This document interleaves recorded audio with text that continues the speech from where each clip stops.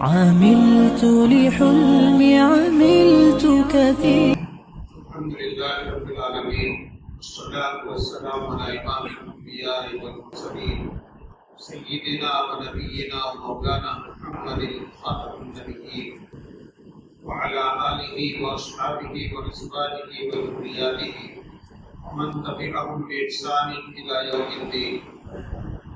أما بعد، أعوذ بالله من الشيطان الرجيم. بسم الله الرحمن الرحيم. وإما ينزغنك من الشيطان نزغ فاستعذ بالله من الشيطان الرجيم.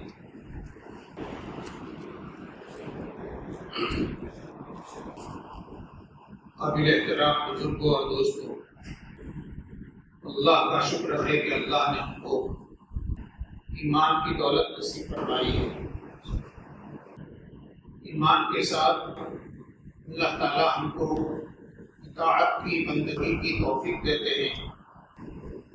ہر آدمی فرائض کو ادا کرنے کے ساتھ بہت سے نفل اعمال اور بہت سی نیکیاں مختلف قسم کی کرتا رہتا ہے. یہ اللہ کی توفیق سے ہے. اللہ تعالیٰ موت تک ہم سب کو اپنی بندگی میں، اپنی اطاعت میں لگائے. ہم صبح شام اور نمازوں سے پہلے، نمازوں کے بعد بہت سی تسبیحات پڑھتے ہیں، اللہ کا نام لیتے ہیں. اللہ کا نام ہماری گندی زبانوں پر آنا یہ بھی اللہ کی بہت بڑی نعمت ہے اور بہت بڑا انعام ہے. تمام طاعات میں، تمام بندگیوں میں اور اللہ کا نام لینے میں، چاہے تلاوت کے ذریعے ہو، کلمہ طیبہ کے ذریعے ہو، چاہے سبحان اللہ پڑھ کر ہو، الحمدللہ پڑھ کر ہو، چاہے اللہ اکبر پڑھ کر ہو، چاہے درود اور استغفار کی شکل میں ہو، یہ سب اللہ کے ذکر ہیں. اور قرآن پاک میں اللہ تعالیٰ کا وعدہ ہے، الا بذکر اللہ تطمئن القلوب. سنو، اللہ کی یاد سے، اللہ کی یاد ہی سے دلوں کو اطمینان ملتا ہے. حقیقی چین اور سکون اللہ کی یاد میں ہے، اللہ کی اطاعت میں ہے. لیکن ہم سب کو ایک چیز سے سامنا ہے. ہر آدمی اپنے دل کے اندر ایک تکلیف محسوس کرتا ہے کہ بہت مرتبہ ہم نمازوں کی پابندی کرتے ہیں، ذکر تلاوت کرتے ہیں، کبھی کوئی چیز چھوٹتی نہیں ہے، لیکن دل میں طرح طرح کے خیالات آتے ہیں اور خیالات کی وجہ سے ہم کو پریشانی ہوتی ہے. اس کو وسوسہ کہتے ہیں. بہت سے حضرات نماز شروع کرتے ہیں، وسوسے شروع ہو جاتے ہیں، تسبیح لے کر بیٹھتے ہیں، مختلف خیالات دل و دماغ میں گھومتے رہتے ہیں، تلاوت کرتے ہیں، خیالات پیچھا نہیں چھوڑتے. اس کی وجہ سے آپ کی بات مرتبہ تنگ آ جاتا ہے، پریشان ہو جاتا ہے. اللہ معاف فرمائے، بعض اللہ کے بندے کو خیالات سے پریشان ہو کر نمازیں پڑھنا بند کر دیتے ہیں کہ نمازیں کیا پڑھیں، نماز میں خیالات آتے ہیں. خیالات کیا ہیں، وسوسے کیا ہیں، ان کی حقیقت کو اگر ہم سمجھ لیں گے تو اللہ نے قرآن پاک میں اس کا علاج بتایا ہے. پیارے نبی صلی اللہ علیہ وسلم کی مبارک زبان سے اس کے جو علاج حدیثوں میں آئے ہیں، اگر ہم کو یہ معلوم ہو جائے اور قرآن اور ان حدیثوں کی روشنی میں بزرگوں نے جو علاج تجربے کر کے لوگوں کو وسوسوں کی پریشانیوں سے نکالا ہے تو ہمیں وسوسوں سے کوئی پریشانی نہیں ہوگی. سب سے پہلی بات یہ ہے کہ اللہ نے ہمارا دل و دماغ جو بنایا ہے وہ عجیب بنایا ہے. اس کے اندر مختلف چیزوں کا گزر ہوتا رہتا ہے. دماغ کے اندر ایک پٹی چلتی رہتی ہے، صبح اٹھے وہاں سے لے کر سونے تک کھانا کھانے میں مشغول ہے، کام میں مشغول ہے، تجارت میں مشغول ہے، ان تمام میں. لیکن آدمی جب کسی مستقل کام میں لگا ہوتا ہے تو اس وقت دوسرے خیالات نہیں آتے، لیکن جو ہی اپنے کام کو چھوڑ کر وہ اللہ کی بندگی کے لیے فارغ ہوتا ہے، قرآن ہاتھ میں لیا، تسبیح ہاتھ میں لی، نماز پڑھنا شروع کیا تو چونکہ دوسرے دنیا کے کام ختم ہو گئے، اب اس آدمی کے اوپر خیالات کا ہجوم شروع ہو جاتا ہے۔ یہ خیالات کیا ہے؟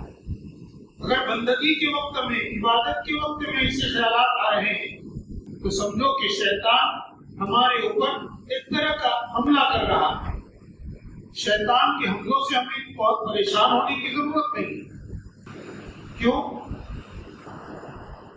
اس لیے کہ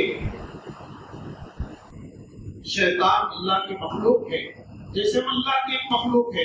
اللہ نے ہم کو پیدا کیا، شیطان کو بھی اللہ نے پیدا فرمایا۔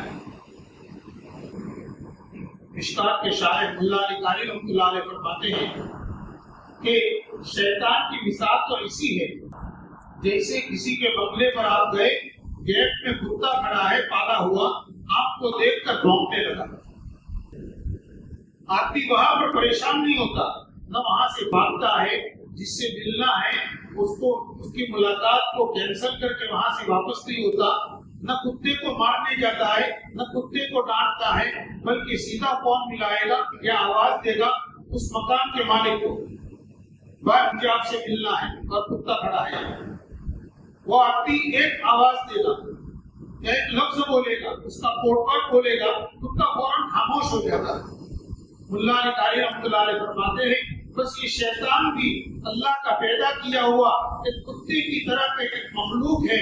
اگر وہ ہم کو پریشان کرتا ہے، ہمیں شیطان کے پیچھے پڑنے کی ضرورت نہیں ہے، ہمیں ہاتھوں سے اس کو دھکے دینے کی ضرورت نہیں ہے، ہمیں اس کے وسوسوں کو کیسے ختم کرنا، اس کے پیچھے ہمیں کوئی پریشان ہونے کی ضرورت نہیں ہے۔ قرآن پاک میں اللہ تعالیٰ اس کا علاج بتلاتے ہیں، اگر آپ کو شیطان کسی طرح سے چونکا دے تو تم اللہ کی پناہ مانگو، فاستعیذ باللہ، اللہ کی پناہ مانگو کہ اللہ یہ شیطان مجھے پریشان کر رہا ہے، میں بھی تیرا بندہ، یہ شیطان بھی تیری مخلوق ہے، وہ مجھے پریشان کر رہا ہے۔ اس وقت کہو اپنی زبان سے اعوذ باللہ من الشیطان الرجیم، میں پناہ مانگتا ہوں اس اللہ کی، پناہ یعنی حفاظت۔ چھوٹے بچے کو اگر دوسرے بچے پریشان کرتے ہیں، وہ بچہ بھاگ کر اپنی امی کے پاس چلا جائے گا، اپنے ابو کے پاس چلا جائے گا، تاکہ اس بچے کو دوسرے بچے پریشان نہ کریں۔ جو اس نے اپنے ابا کی، اپنی امی کی پناہ لے لی۔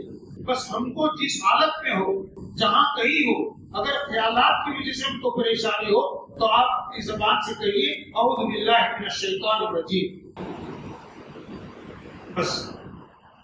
لیکن جب ہم مسلسل اللہ کے سامنے اللہ کی پناہ مانگیں گے اور اللہ تعالیٰ کے سامنے ہم روئیں گے مسلسل، تو کسی دن اللہ تعالیٰ اس کتے کو چپ کر دیں گے، وہ کبھی ہم کو بھونکے گا نہیں اور ہمارے اوپر وساوس کے ذریعے سے، وسوسوں کے ذریعے سے ہم پر حملہ نہیں کرے گا۔ صحابہ کرام جو ہمارا عقیدہ ہے کہ انبیاء کے بعد تمام انسانوں میں سب سے افضل مخلوق ہے، سب سے افضل انسان جن کی تربیت تمام نبیوں کے سردار سیدنا محمد الرسول اللہ صلی اللہ علیہ وسلم نے فرمائی تھی۔ اتنے قیمتی لوگوں کو جو صبح شام پیارے نبی صلی اللہ علیہ وسلم کی خدمت میں آ کر بالکل سامنے بیٹھتے تھے اور حضور اکرم صلی اللہ علیہ وسلم کا قلب مبارک ان کے دلوں کے اندر نور پیدا کرتا تھا، ان کی تربیت ہوتی تھی۔ ایک مرتبہ ایک آدمی نے آ کر، صحابہ میں سے کسی آدمی نے آ کر عرض کیا، یا رسول اللہ، میرے دل کے اندر ایسے وسوسے پیدا ہوتے ہیں کہ اگر میں آپ کے سامنے بیان کروں اس سے بہتر مجھے یہ معلوم ہوتا ہے کہ میں کوئلہ ہو جاؤں، جل کر کوئلہ ہو جاؤں۔ نبی پاک صلی اللہ علیہ وسلم نے ان سے پوچھا، کیا واقعی ایسا محسوس ہوتا ہے کہ اتنا خطرناک وسوسہ آیا کہ اس کو بیان کرنے سے زیادہ تم کو اچھا معلوم ہوتا ہے کہ اس کو تم جل کر کوئلہ ہو جاؤ؟ میں نے فرمایا ہاں۔ پیارے نبی صلی اللہ علیہ وسلم نے فرمایا، ذات صریح الایمان، ارے یہ تو تمہارے ایمان کی صریح دلیل ہے۔ دیکھیں وسوسہ آنے کو ایمان کی صریح دلیل بتا رہے ہیں۔ کیوں؟ نبی کریم صلی اللہ علیہ وسلم اللہ علیہ قاری رحمۃ اللہ علیہ فرماتے ہیں اس لیے کہ چور اس گھر پہ گھستا ہے جہاں اس کو ملنے کی امید ہوتی ہے۔ جس گھر میں کچھ سامان ہے، کچھ مال ہے، چور اسی گھر کا تالا توڑتا ہے۔ پہلے زمانے میں اسی گھر میں سراغ کرتا تھا جہاں کچھ ملنے کی امید ہو۔ جو گھر بالکل خالی ہو، بنجر ہو، ویران ہو، کھنڈر ہو،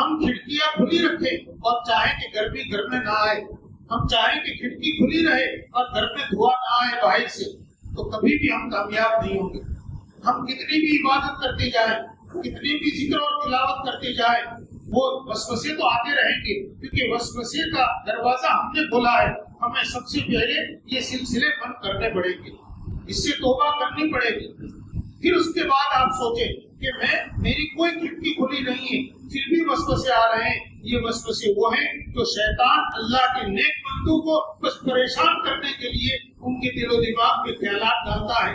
ان کو ایسے وسوسوں سے ذرا پریشان ہونے کی ضرورت نہیں ہے، بلکہ ان کے لیے ہے کہ وسوسے آئے تو دل میں ایمان پر الحمدللہ کہیں، زبان پر اعوذ باللہ من الشیطان الرجیم پڑھے، کبھی کلمہ طیبہ پڑھے، لا الہ الا اللہ محمد رسول اللہ صلی اللہ علیہ وسلم۔ اس کی برکت سے وسوسے ختم ہو جائے۔